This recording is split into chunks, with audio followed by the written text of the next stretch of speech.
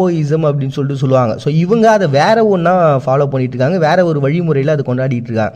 இறந்து போனவங்க பயங்கர பசியாக இருப்பாங்களாம். ஸோ அவங்களுடைய பசியை தீக்கணும் அப்படின்றதுனால இவங்க சாப்பாடை வந்து படைக்கிறது அப்படின்றது தான் ஒரு பேசிக்கான கான்செப்டாக வச்சுருக்கிறாங்க.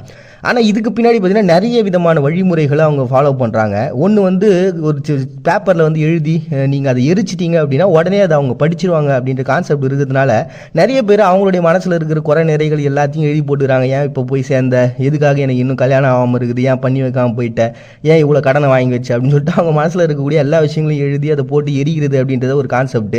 இன்னொரு பக்கம் பார்த்தீங்கன்னா அவங்களுக்கு பிடிச்ச விஷயங்கள்லாம் போட்டு எரிச்சிட்டோம் அப்படின்னா அது அவங்கள போய் சேர்ந்துரும் அப்படின்ற கான்செப்ட்னால இந்த துணி, சில பேர் சின்னதாக ஒரு வீடை கூட செஞ்சு எரிகிறாங்க. இதோட உச்சகட்டமாக தங்கத்தெல்லாம் போட்டு எரிகிறது அப்படின்ற மாதிரி ஏகப்பட்ட விஷயங்களை போட்டு எரிச்சு அதை அவங்க கிட்ட கொண்டு போய் சேருது அப்படின்ற விஷயங்கள்லாம் வச்சிருக்காங்க. இது ஒரு பக்கம் இருக்கா. இன்னொரு பக்கம் இந்த நாளில் பயங்கர ரெஸ்ட்ரிக்ஷனை போடுறாங்க. நைட் டைமில் நீங்கள் வெளில சுற்றக்கூடாது, புதுசாக வாங்கின வீட்டுக்குள்ளே